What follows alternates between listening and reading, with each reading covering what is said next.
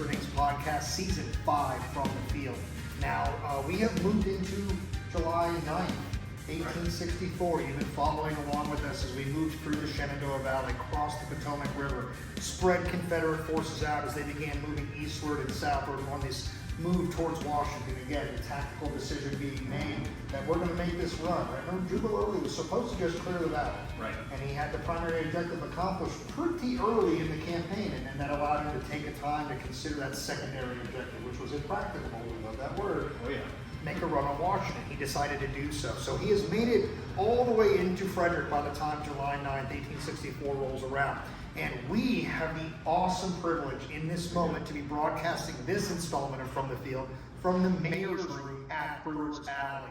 Of course, the ransom of Frederick is a huge part of the story of the Monocacy Junction. We're going to get into that in just a moment here. But this is the room. Matt and I are standing in the room where the ransom demand was made to Mayor Cole from Jubal Early's troops. Now, is Jubal Early physically here making the demand? He is initially. So Okay. what's going to happen is that Jubal Early actually writes the ransom demand a little bit up the street from us at the corner of 2nd and Market. Is he just like stopping right on his way in? He's actually staying at the house of Dr. Hammond, who is a Southern sympathizer here in Frederick. Now, Hammond is going to allow Early to have his temporary headquarters here in his home, and then the ransom demand will be brought here to what is today Brewer's Alley, but at the time was Town Hall and the Marketplace or the Market Hall, for Frederick City. Now, as we know, Lew Wallace has pulled federal forces out of Frederick, and so Confederates have moved in the early hours of July 9th. The ransom of Frederick would be dramatic.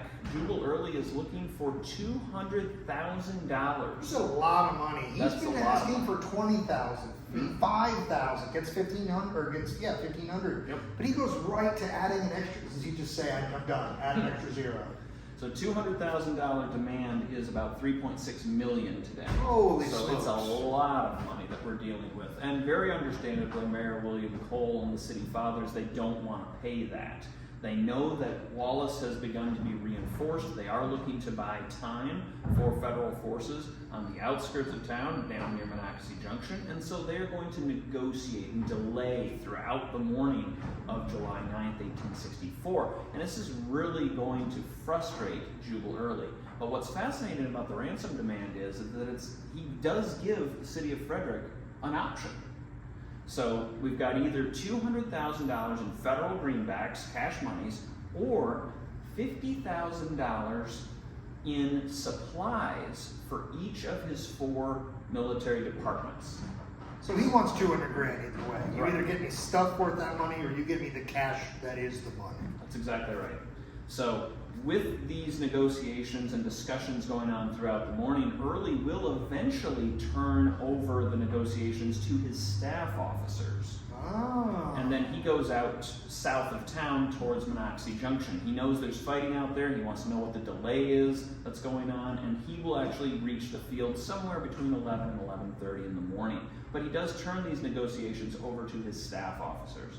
And these negotiations and discussions will continue into the early afternoon of July 9th. By that point, the sounds of fighting south of town have been increasing throughout the day. Things are not necessarily going well as the citizens of Frederick are seeing more and more Confederate troops moving through the area.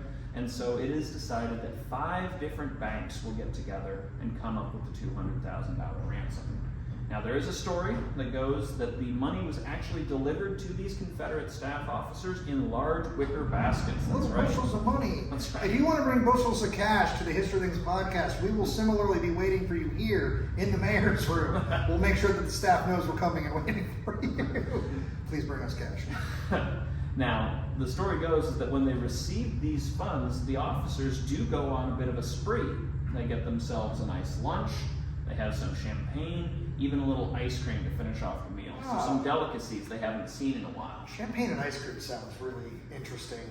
Weirdly good right now. Not really sure how I feel about it. But Well, in those 90-some degree heats of the early July 1864, I'm sure it was quite refreshing. probably very refreshing. So again, focusing again that we're talking about a story that plays into the late afternoon of July 9th, 1864. So the battle is beginning while this story is unfolding here. So it's kind of fascinating to see all these moving parts. And again, we just want to give a really huge shout out to the staff here at Brewers Alley for getting us access to the mayor's room here. It's usually a private reserve space for banquets, things like that. But we were fortunate that they were kind enough to let us in here. So this is one of our favorite sites, places to eat and have a couple beers here in town, downtown Frederick. So if you ever come here, make sure you stop by and give them some of your support, as they have been super instrumental for us. So again, we are now into July 9th, 1864. The battle has begun. So the next installments, guys, they're the fight. We have moved through the valley. We have crossed the Potomac River. Decisions were made not to engage at Harper's Ferry.